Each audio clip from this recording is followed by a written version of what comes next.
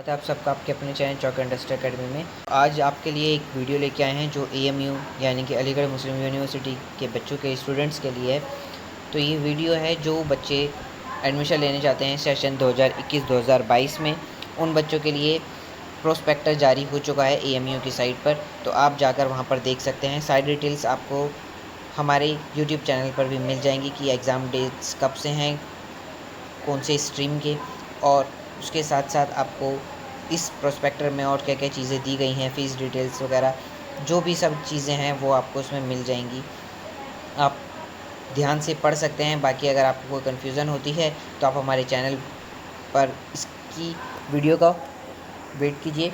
कुछ दिनों में आपको हम लोग सभी चीज़ों की डिटेल्स प्रॉपर तरीके से बता देंगे।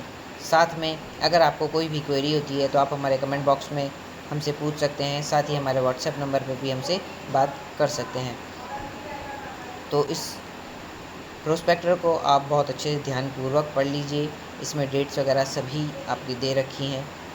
तो जल्द मिलते हैं हम अपनी नेक्स्ट वीडियो में। जब तक के लिए घर पे रहिए, सुरक्षित रहिए। Thanks for watching this video.